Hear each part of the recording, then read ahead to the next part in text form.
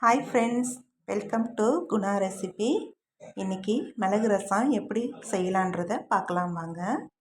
இதுக்கு தேவையான பொருட்கள்: 1 ஸ்பூன் ஜீரகம், 1 ஸ்பூன் மிளகு, 5 வரமிளகா, கொஞ்சம் பூண்டு எடுத்து வச்சுருக்கேன். ஒரு லெமன் சைஸ் புளி எடுத்து கொஞ்சம் ஒரு கைப்பிடி உப்பு போட்டு தண்ணியில் ஊற வச்சுருக்கேன். இது கூடவே 2 பழுத்த தக்காளி, நாட்டு தக்காளி போட்டிருக்கேன். இது கூடவே கொஞ்சம் ஒரு கைப்பிடி கொத்தமல்லி நல்லா தண்ணியில் அலசிட்டு கிள்ளி போட்டுக்கலாம். இது கூடவே ஒரு கைப்பிடி கருவேப்பிலையும் நல்லா தண்ணியில் அலசிட்டு புளி தண்ணியோடு சேர்த்துக்கலாம். ஒரு சின்ன ஸ்பூன், அரை ஸ்பூன் மஞ்சள்தூள் சேர்த்துக்கலாம். இப்போது இந்த புளி, தக்காளி, கொத்தமல்லி, கருவேப்பிலை எல்லாத்தையும் நல்லா குழைய பிணைஞ்சி தண்ணியிலே நல்லா இதுவாக கரைச்சி விட்டுக்கலாம். நல்லா கை போட்டு நல்லா கரைச்சி விட்டுக்குங்க. இப்போ இது கூடவே இதுக்கு தேவையான அளவு தண்ணி நீங்கள் எப்படி பார்த்து சேர்த்துக்கலாம். இது கூடவே கொஞ்சம் 4 நீட்டு வரமிளகாய் கிள்ளி போட்டிருக்கேன். இப்போது இந்த மிளகு ஜீரகத்தை மிக்சியில் போட்டு நல்லா பவுட்ரு மாதிரி அரைச்சிக்கலாம்.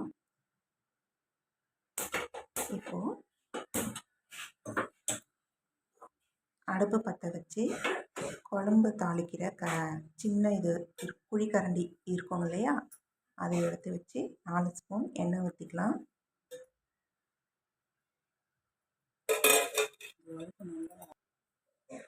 ஒரு அரை ஸ்பூன் கடுகு சேர்த்து நல்லா பொரிக்க விட்டுக்கலாம்.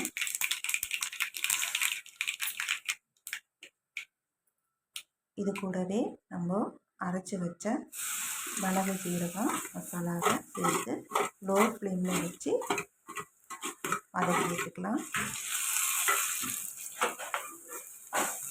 இது கூடவே ஒரு அரை ஸ்பூன் பெருங்காயத்தூளும் சேர்த்துக்கலாம். இதை நல்லா வதக்கி விட்டுக்கலாம். எண்ணெயிலேயே இந்த பச்சை மணம்லாம் போய் நல்லா வாசமாக இருக்கும். இப்போது அந்த புளி, தக்காளியெல்லாம் கரைச்சோம் இல்லையா, அந்த தண்ணி எடுத்து அடுப்பில் வச்சு மீடியம் ஃப்ளேமில் வச்சு இதை வதக்கி விட்ட மிளகு ஜீரக மசாலாவை இந்த ரசத்தோடு சேர்த்துக்கலாம். சேர்த்து நல்லா கலந்து விட்டுக்கலாம்.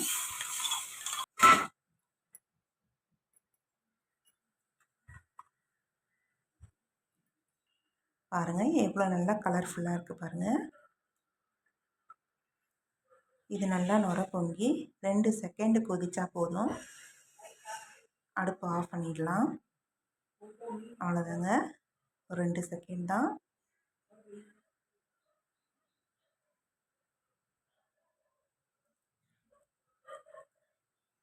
இப்போது அடுப்பு ஆஃப் பண்ணிடலாம். ரசம் ரெடி ஆகிடுச்சுங்க.